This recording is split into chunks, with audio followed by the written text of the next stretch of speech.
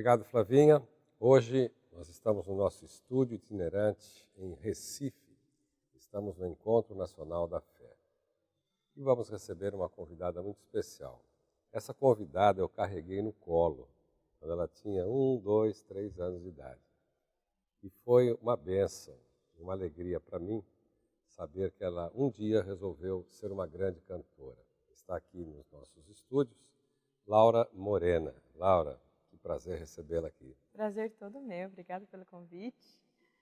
Olha, eu tenho muitas lembranças da sua família quando morou no Rio de Janeiro, onde eu moro, e você, pequenininha, já parece que tinha o dom da família, né? Já parece que, Eu mesmo os seus gostava de choros, né? cantar, mas eu era envergonhada, viu? Eu tinha muita É? vergonha. Mas ninguém sabia disso, não. Era só no banheiro, assim, que eu Qual foi cantava. a primeira vez que você foi, por exemplo, cantar numa igreja, assim? Eu, inclusive, contei essa história para os meus sobrinhos, que são pequenos, essa semana, que primeira vez que eu... Não é que a primeira vez, eu não tenho lembrança da primeira vez que eu cantei em público, mas eu lembro que teve uma vez específica, eu tinha uns 6, 7 anos, eu fui cantar, fiquei muito nervosa, eu não conseguia manter o microfone na frente da boca. Eu começava a cantar e ele vinha pro lado, assim. A minha mãe passou a música inteira, tipo, puxa pra frente da boca. E aí, quando eu saí, eu chorava. Nunca mais vou cantar. Mas o que fez esse nunca mais virar sempre? Pois é, o gosto pela música, né? E aí eu comecei a cantar, mas sempre tinha vergonha. E aí eu acho que foi no ensino médio, que foi quando eu fui para uma das nossas escolas de internato, que aí eu entrei em coral, conjunto, comecei a fazer solo, que eu comecei a perder a vergonha, mas... Até que ponto você se inspirou na tua mãe, a Sonete, que também é cantora, e no seu pai, o Ines, que é compositor, cantor, maestro? O teu lar é um lar vocal, né? É. Assim, eu acho que... Eu sempre digo que eu nunca tive isso como plano de ser cantora. Eu amava música, mas eu não gostava muito da parte das viagens, porque eu viajei muito na infância. Então, eu falava, não, quando eu resolvi escolher minha profissão, eu vou fazer alguma coisa que me mantenha mais em casa e tal. Só que a minha realidade era diferente, porque mesmo sem fazer isso como profissão, eu cantava em grupos, eu cantava solo. Quando eu terminei o ensino médio, eu passei um tempinho nos Estados Unidos e eu cantava nas igrejas todos os fins de semana. Então, assim, uma hora eu falei, bom, acho que Deus está com uma mensagem aqui para mim, né?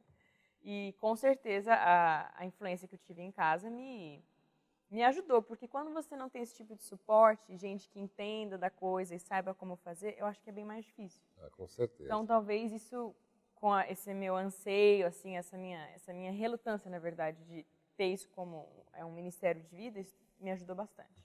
E para o telespectador entender, o ministério da Laura é um ministério dela. Ela é uma cantora, ela não é subsidiada pela Igreja Adventista. Ela vive e se sustenta do canto, né? Você tem até um contrato com a Novo Tempo, né? Uhum, exato. Mas esse contrato é um contrato normal, como outros cantores têm. E como é que foi a emoção de você fazer o primeiro trabalho? Que trabalho foi esse? Foi o disco Manhã. Ele foi lançado em 2010, em setembro de 2010, se não me engano. Mas eu comecei a fazê-lo em 2007. Então demorou bastante tempo. No meio do processo eu fiquei doente. E aí parei de cantar, voltei a cantar. Então ele demorou. Foi a minha faculdade inteira, do começo da faculdade até o final. Mas foi assim a porta de entrada, né? Foi com isso que eu realmente comecei. E comecei a me entender que era isso que eu ia fazer. Porque até então eu estudava e depois eu ainda trabalhava, um trabalho secundário, e cantava, não fazia só o canto.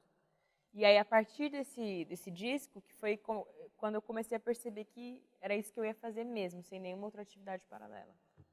Você sabe que você, na verdade, é uma empreendedora, porque você não é só cantar, você tem que cuidar da agenda, tem que cuidar da área financeira, você sobrevive parte disso. Com certeza. Né? Então, é toda uma estratégia como se fosse uma microempresa. É. Você se deu bem com isso? Você administra bem isso? Você tem que realmente ficar bem em cima e de olho, porque na verdade é você que cria, né, a sua atividade profissional.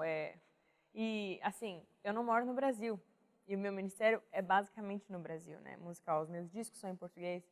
Então, se eu não cuido, eu não fico em casa, porque eu estou viajando muito para cá. Então, você tem que ter esse balanço, esse equilíbrio. Mas, graças a Deus, tem funcionado. Assim, eu acredito que isso é realmente Deus guiando, porque não é tão fácil você vir de outro país toda hora e cantar, mas até hoje tem sido ótimo e eu venho bastante e consigo desenvolver meu ministério aqui, mesmo estando lá. Veio um segundo trabalho, né? Que trabalho foi esse? É o disco, o CD e DVD Mais Perto. Foi lançado em junho de 2015. Como é que estão esses trabalhos? Até hoje você tem ainda venda do primeiro, de Tenho. 2010?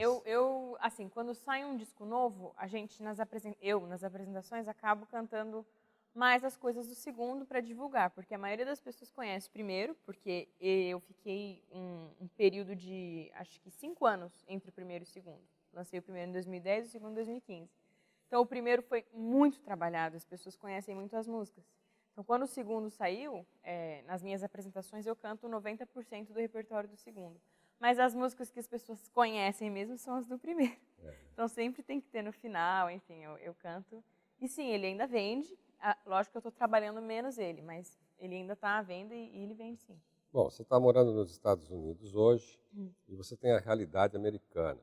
A gente sabe que os Estados Unidos influenciou e continua influenciando os cantores, inclusive, vamos chamar gospel, não, evangélicos, no Brasil.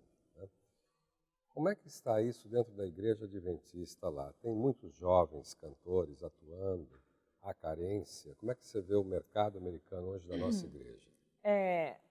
A igreja adventista no hemisfério norte, ela tem uma carência de jovens, primeira coisa. E a segunda coisa é que nos Estados Unidos não existe dentro da igreja uma máquina que organize essa questão dos cantores, como, por exemplo, a gente tem no Brasil a gravadora. Obviamente que há outros cantores que não são da gravadora, adventistas no Brasil. Mas nos Estados Unidos não tem isso. Então, quem tem o desejo de cantar e tudo mais, é sozinho mesmo. E eu acho que essa seja a maior dificuldade para o cantor, porque é difícil você se fazer conhecido ou fazer com que as pessoas saibam que você está cantando, que você existe, né? Sem um veículo, uma maneira. Tem que ser mais braçal mesmo para você alcançar as igrejas e tudo mais. Você canta nas igrejas americanas? Canto. Mas canta em português ou Não, em inglês? em inglês. Não é o meu repertório em português, né? E eles gostam muito disso. Estão começando a descobrir que eu sou cantora agora, porque eu moro lá porque meu esposo é pastor. E a nossa igreja é americana, então eu canto lá.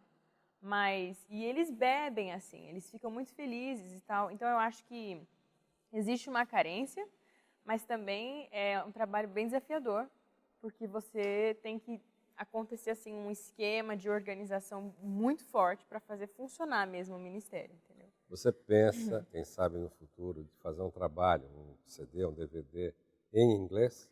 Eu tenho vontade, eu acho que seria muito útil para a igreja. Assim, eles chamam cantores, eles gostam de música, e existe muita música, né, nos Estados Unidos. O mundo gospel é muito forte, muito movimentado. Mas, enfim, é uma vontade, eu oro a Deus. Quando for da vontade dele, eu fico para lá.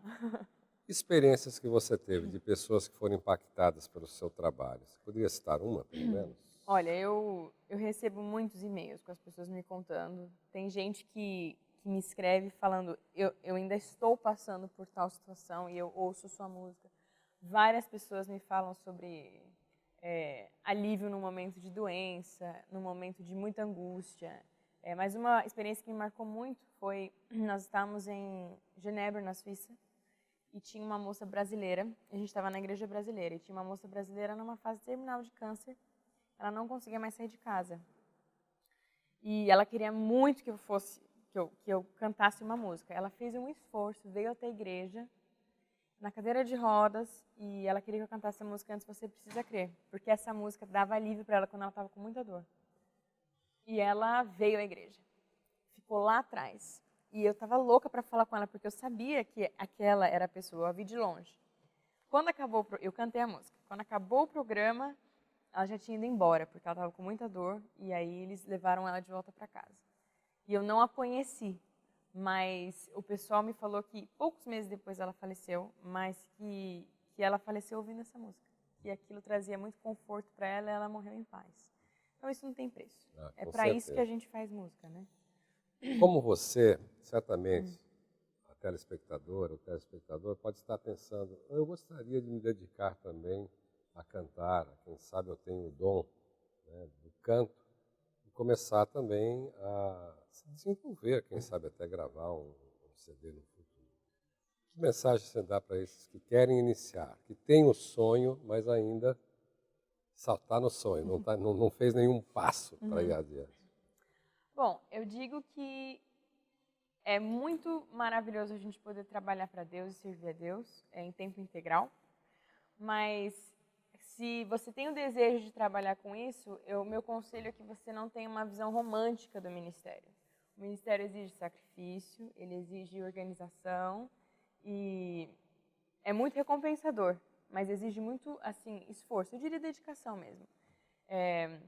Muitas viagens, tem muita gente que acha que a gente está lá na frente cantando e que é uma vida assim até luxuosa, né? A gente viaja e tudo, mas na verdade é uma vida de serviço. Por isso que a gente vai aos lugares, porque a gente está servindo nesses diferentes lugares. Mas se você sente que esse é o chamado de Deus para você, vai mesmo, vai fundo, que Ele vai abrir as portas. Conversamos com Laura Morena. Obrigado, Laura, por estar aqui. Nosso tempo acabou, mas eu espero que você produza muitos CDs, muitos DVDs, inclusive em inglês, e que volte outras vezes para conversar com a gente. Obrigada. Então é isso. Está terminando aqui o nosso quadro, mas o programa continua. É com você, Flavinha. Nos vemos na próxima semana, nesse mesmo horário aqui, no Histórias e Testemunhos. Até lá.